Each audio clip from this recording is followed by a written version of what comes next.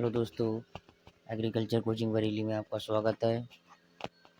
आज हम नई वीडियो लेकर आए जो ईजीटी, टीजीटी, पीजीटी एवं एलटी ग्रेड से संबंधित और अपनी यूपी कैडेट के लिए बहुत ही महत्वपूर्ण है, जो काफ़ी क्वेश्चन पूछे गए हैं, तो उनके बारे में अपनी चर्चा करते हैं। एमसीक्यू बेस्ड वीडियो है, तो आज की वीडियो अपने शुरू करते हैं।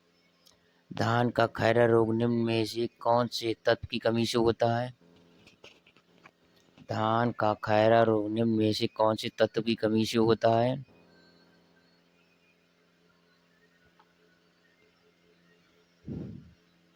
तो ये जस्ते की कमी से होता है।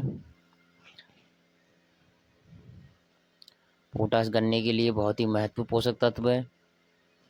बोरेन की कमी से नींबू का फटना बोरेन की कमी से होता है। ऑप्शन सी इसका उत्तर होगा। आलू के पर्ण वेलन रोग के वायरस का संक्रमण होता है। तो माइजिस परसिकी के द्वारा। उत्तर बी, आलू के पर्ण वेलन रोग के वायरस का संक्रमण होता है, तो ये होता है माइजिस परसिकी के द्वारा। आयरलैंड में सन 1845-40 में पड़िया काल का मुख्य कारक किसका नष्ट होना था? तो ये आलू की फसल। ये उत्तर। तो सन 1845-40 में पड़िया काल का मुख्य कारण किसका नष्ट होना था? तो आलू की फसल का नष्ट होना था।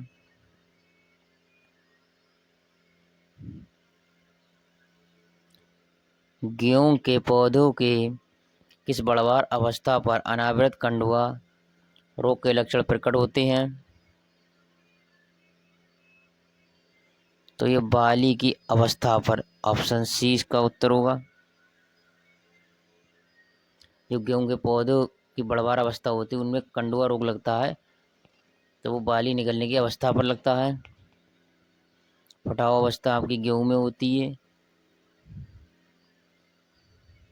जो पानी अब पहला पानी अपने दिया जाता है वो 20 से 25 दिनों के बाद दिया जाता है। दूसरा पानी 40 से 45 दिनों के बाद दिया जाता है। जौ का आवृत कंडुआ रोग है, तो बाह्य बीजोड़ होता है ये। डी ऑप्शन इसका।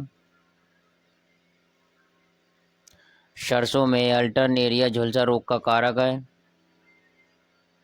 सरसों में अल्टरनेरिया झुलसा रोग का कारक है, तो ये मृदा जनित होता है। सरसों में अल्टरनेरिया झुलसा रोग का कारक है,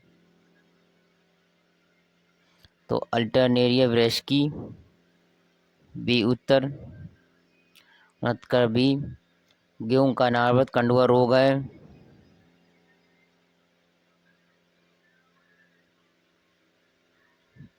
तो ये अंता बीजोड़ होता है। डी उत्तर 70 का। गेहूं का अनावृत कंडुआ रोग है या लूज स्पॉट रोग है, तो अंता बीजोड़ कहलाता है। स्फटिका वृंत निम्न में से किसमें होते हैं?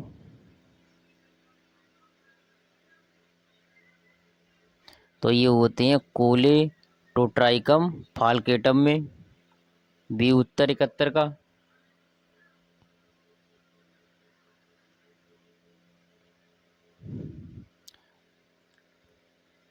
बाजार के भुट्टो में दाने पर शहद जैसा पदार्थ निकलकर बाद में सूख जाता है, कहलाता है। तो ये कहलाता है अर्गट। 72 का सी। जो बाजरे के भुट्टे के दाने होते हैं उनमें शहद जैसा चिपचिपा पदार्थ निकलता है। शुरू में ऐसा लगता है जैसे मीठा सा हल्का शहद की तरह लगता है, पर होता नहीं है। दिखने में जैसा होता है वैसा होता नहीं है, तो बाद में वह सूख जाता है, तो वो अर्गट रोग होता है। सी उत्तर।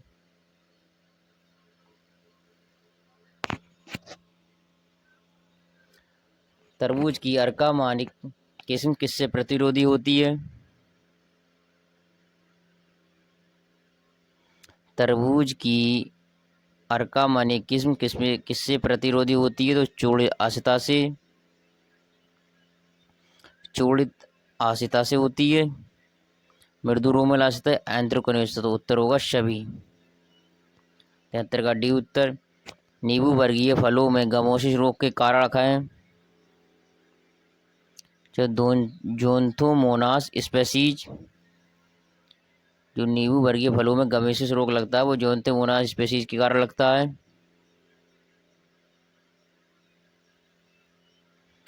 टमाटर या आलू का अगेती झुलसा रोग का कारक है। टमाटर या आलू में जो अगेती झुलसा रोग का जो कारक होता है, कारक है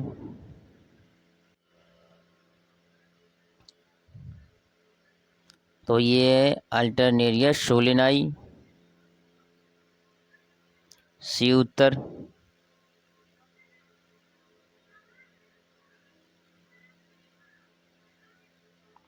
अल्टरनेरिया सोलेनाई।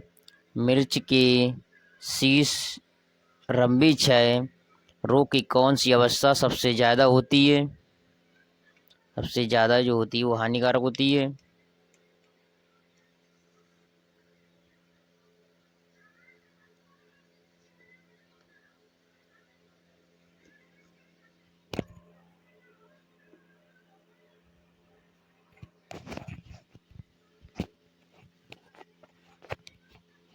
मिर्च के शीर्ष रंबी क्षय रोग की कौन सी अवस्था ज़्यादा हानिकारक होती है?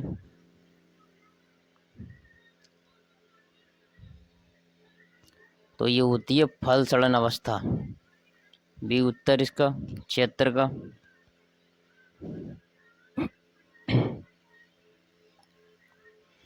क्रूसीफेरस के काले सड़न रोग के संचरण का प्राथमिक स्रोत है। तो ये संक्रमित, जो संक्रमित बीज होती हैं तो रोग के संचरण का प्राथमिक स्रोत होता है काले सड़न रोग का। अल्टरनेरिया पोराई एक रोग का कारक है। तो ये प्याज का होता है, प्याज के पर्पल ब्लाच, डी उत्तर। अल्टरनेरिया पोराई का रोग का एक कारक है तो प्याज के पर्पल ब्लाच का। सफेद मक्खी रोग वाहक होती है।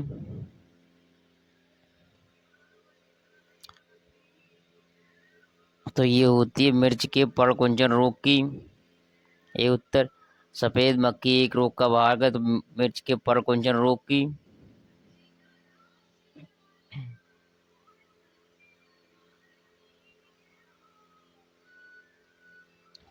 एल्सिनी एम्पिलिना एक रोग कारक है। तो ये अंगूर का एंथ्रिक खनिज रोग का कारक है। एल्सिनी एम्पिलिना एक रोग कारक है तो ये अंगूर के होता है, अंगूर के एंथ्रिक खनिज रोग का कारक है। रेवेनेलिया एम्बिलिकी एक रोग कारक है। तो ये आंवला का किट रोग में, सी उत्तर। रेवेनेलिया एम्बिलिकी एक रोग कारक है तो आंवला का किट रोग। केले का शीर्ष गुच्छा रोग होता है तो ये विषाणु से होता है।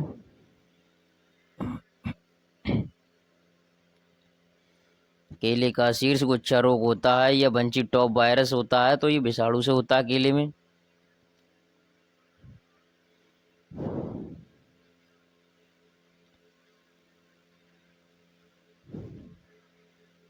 आम के पौधों पर संपूर्ण वृद्धि कूर्ची का एक सामान्य लक्षण है।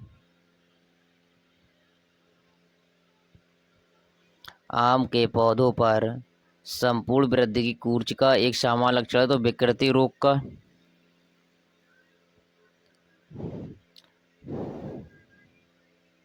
बोडो मिश्र का आविष्कार किया था तो ये मिलार्डो ने किया था। बोडो मिश्रण का आविष्कार किया था, ये किया था मिलार्डे ने। वर्ष 1982 में पीएमए मिलार्डेट अंगूर की डाउन मिल्ड्यू रोग की रोकथाम हेतु कॉपर एवं लाइम युक्त बोडो मिश्रण की खोज की थी? वर्ष 1882। बोर्डो मिश्र का आविष्कार कब हुआ था? कभी क्वेश्चन पूछ लेता तो सन 1882 में। किस वैज्ञानिक ने की थी? PMA मेलार्डे ने की थी। और अंगूर की डाउन मिल्ड्यू रोग की रोकथाम के लिए कॉपर एवं लाइम युक्त बोर्डो मिश्रण की खोज के माध्यम से। तो इसका होगा उत्तर 84 का डी।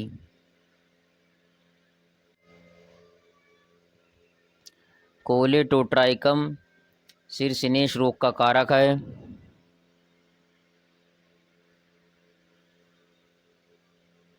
कोलेटोट्राइकम शीर्षनेश रोग का कारक है।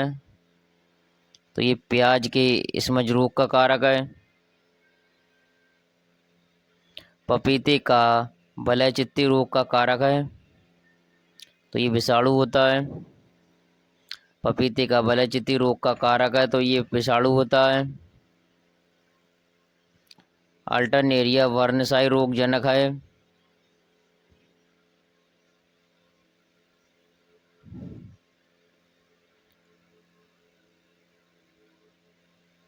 ये उत्तर अल्टरनेरियाई वर्नसाई रोग जनक कारक है, तो ये 87 का ये जीरे का झुलसा रोग है। आर्द्र पतन रोग के रोगजनक मृदा में जीवित रहते हैं।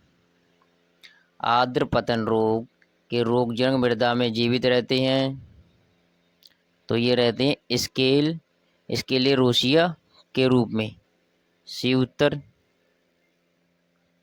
मृदु रोमिलासिता कवक है, तो ये केवल मृदा जनित में। डाउन मिल्ड्यू कवक है, केवल मृदा जनित में होता है ये। बहुत जहरीला मशरूम कौन सा है?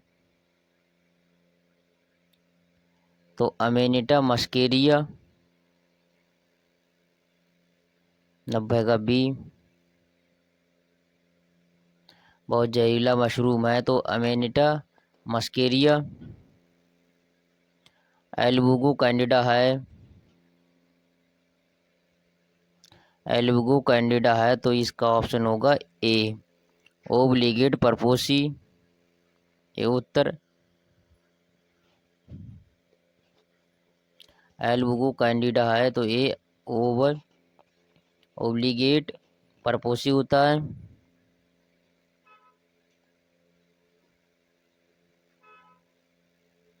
औद्योगिक स्तर पर उगाई जाने वाली मशरूम है।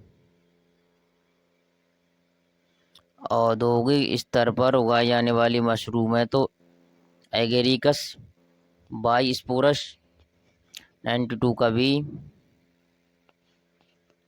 औद्योगिक स्तर पर जो मशरूम उगाई जाती है खाने वाली, उसको वो होती है एगेरिकस बाइस्पोरस। ऐसे पादप रोग जो अनियमित अंतराल एवं स्थानों तथा अपेक्षाकृत अवस्था में पाए जाते हैं, क्या कहलाते हैं? तो ये ब्रेलमारी कहलाते हैं। सी उत्तर।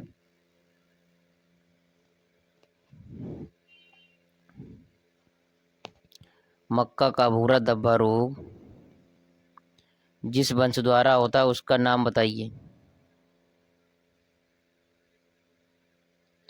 मक्का का भूरा धब्बा रोग जिस वंश द्वारा होता है उसका नाम बताइए। तो फाइजोडर्मा। 94 का बी उत्तर।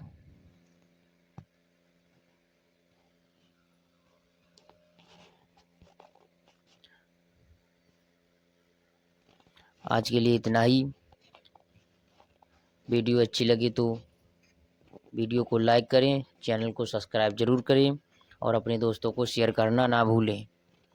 जो भी नई वीडियो के नोटिफिकेशन आएंगे तो वो आपको सबसे पहले प्राप्त होंगे।